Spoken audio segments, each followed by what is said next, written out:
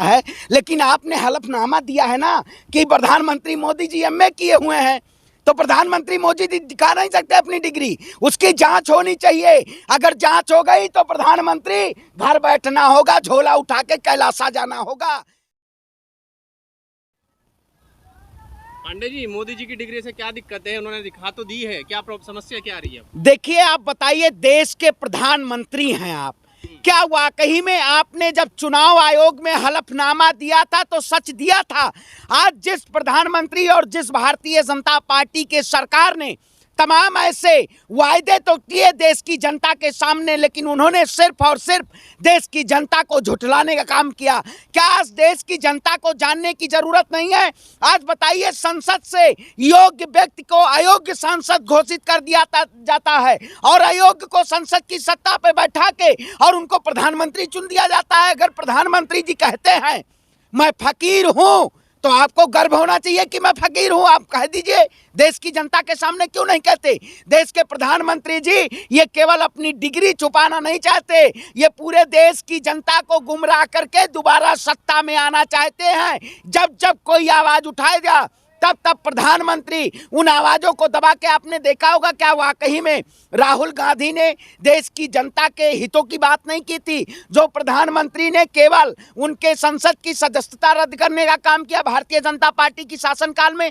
आज जब जब चुनाव आ जाता है तब तब भारतीय जनता पार्टी हिंदू मुसलमान का एजेंडा ले आती है।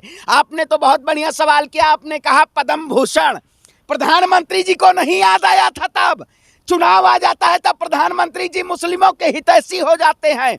और इन्हीं के नेता आए दिन बयान देते हैं कि मुल्ले काटे जाएंगे, राम राम चिल्लाएंगे, उनको जेल की सलाखों के पीछे नहीं डाला जाता। ये हेमंत बिस्वा शर्मा कौन है? जब इनसे पूछा जाता है अमित शाह जी से कि आप बताइए हेमंत बिस्वा क्या भ्रष्टाचारी नहीं थे, तब मौन हो जाते हैं। ये केवल देश की जनता को बरगलाने का काम है। कर्नाटक की जनता तय कर चुकी है कि अब की बार भारतीय जनता पार्टी को सत्ता से बेदखल करना है, क्योंकि लश्कर भी तुम्हारा, सरदार भी तुम्हारा, तुम झूठ को सच लिख दो, अखबार भी तुम्हारा। आपने तो अखबार को भी आज वो कहा सरकार के अधीनस्थ आ गई है। जिस तरीके से सरकार ने तमाम ऐसे तंत्रों के जरिए झूठ फैलाने का काम किया है, सबसे ज्यादा नफरत बीजेपी की आईटी सेल फैला रही है, ये भारतीय जनता पार्टी को नहीं याद आ रहा है। आज बताइए, हंगर इंडेक्स में बात करिए, पत्रकारिता में बात करिए, सबसे निचले स्थान पे भारत का स्थान आता है, जो एक सबसे बड़ा लोकतांत्रिक देश। ऐसे देश में आज पत्रकारिता तो ऐसी चरम पे पहुंची हुई सबसे निचले स्तर पे है।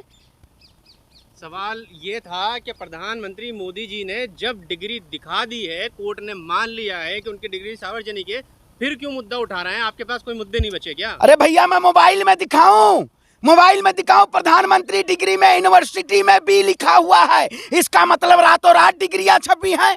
मुझे डिग्री दिखा दो प्रधानमंत्री जी। आपने जब सीए एनआरसी का आंदोलन हुआ था तब आपने कहा था मुसलमानों को कागज दिखाना पड़ेगा। आज देश पूछ रहा है प्रधानमंत्री डिग्री दिखाइए, क्यों नहीं दिखाते हैं? प्रधानमंत्री जी को डिग्री नहीं दिखानी चाहिए। अरे भाई, देश की जनता चाह रही है, कैसे दिखाए फर्जी डिग्री? तो उसकी जांच होनी चाहिए। इसकी जांच होगी, प्रधानमंत्री के संसद की सदस्यता चली जाएगी। 2024 में देश के प्रधानमंत्री नहीं बन पाएंगे, लेकिन जब सारे संवैधानिक पदों पे भारतीय जनता पार्टी और इनके नेता जैसे लोग, देश की सेवा करने के लिए समर्पित होना चाहिए। अरे मैं कहता हूं, इस देश का प्रधानमंत्री मूर्खों बन सकता है, अनपढ़ों बन सकता है, लेकिन आपने हलफनामा दिया है ना कि प्रधानमंत्री मोदी जी एमए किए हुए हैं, तो प्रधानमंत्री मोदी जी दिखा नहीं सकते अपनी डिग्री, उसकी जांच होनी चाहिए। अगर जांच हो गई तो प्रधानमंत्री घर बैठना होगा, झोला उठा के कैलासा जाना होगा।